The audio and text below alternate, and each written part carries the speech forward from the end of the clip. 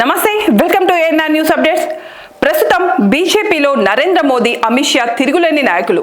వీరి వ్యూహాలను తట్టుకొని నిలబడడం సాధ్యమయ్యే పని కాదు. ఎక్కడ ఎన్నికలు జరిగినా గెలిపే లక్ష్యంగా వ్యూహాలు రచించడంలో వీరిని మించిన వారు లేరని కొందరు రాజకీయ విశ్లేషకుల అభిప్రాయం.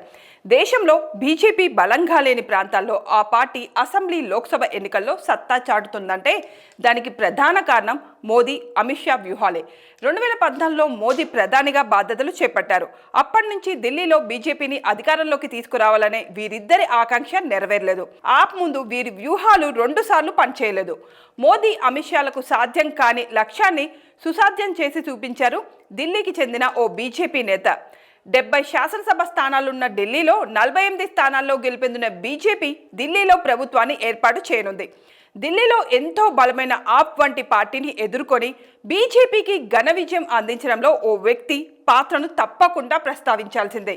ఇంతకు ఆ వ్యక్తి ఎవరు? బీజేపీ విజయానికి ఎలా కారణమయ్యారో తెలుసుకుందాం. ఢిల్లీలో కేజ్రీవాల్ ప్రభుత్వాన్ని గద్దెదించి తాము అధికారం చేపట్టాలనే బీజేపీ ప్రయత్నం 2 సార్లు ఫలించలేదు.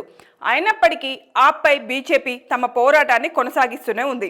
అరవింద్ కేజ్రీవాల్ సైతం కేంద్ర ప్రభుత్వంపై తీవ్ర స్థాయిలో విమర్శలు చేసేవారు. ఆ బీజేపీ మధ్య పచ్చగట్టి వేస్తే భగ్గుమనేది. మరోవైపు సంక్షేమ పథకాలతో పేద, మధ్యతరగతి ప్రజలను ఆకట్టుకోవడంలో ఆ వర్గాలు కేజ్రీవాల్కు బలమైన ఓటు బ్యాంకుగా మారిపోయాయి. ఈ పరిస్థితుల్లో ఆప్ను ఓడించడం బీజేపీకి ఈ జన్మలో సాధ్యం కాదని కేజ్రీవాల్ సైతం ఒక సందర్భంగా వ్యాఖ్యానించారు. అవినీతి రహిత పాలన లక్ష్యంగా పార్టీ పెట్టి సామాన్యుడి ప్రతినిధిగా రాజకీయాల్లోకి వచ్చి ఢిల్లీలో అధికారం చేపట్టిన కేజ్రీవాల్ ప్రభుత్వంపై మద్యం కుంభకోణం ఆరోపణలు రావడంతో వారి ప్రతిష్ట దిగజారుతూ వచ్చింది. ఆ మద్యం కుంభకోణాన్ని బయటకి తీసుకొచ్చిన వ్యక్తి పరమేష్ వర్మ. ఆయన ఆధారాలు సేకరించి అధిష్టానానికి చెప్పడంతో ప్రొసీడ్ అంటూ గ్రీన్ సిగ్నల్ ఇవ్వడంతో పర్వేజ్ కేజ్రీవాల్ అవినీతిపై పోరాడారు.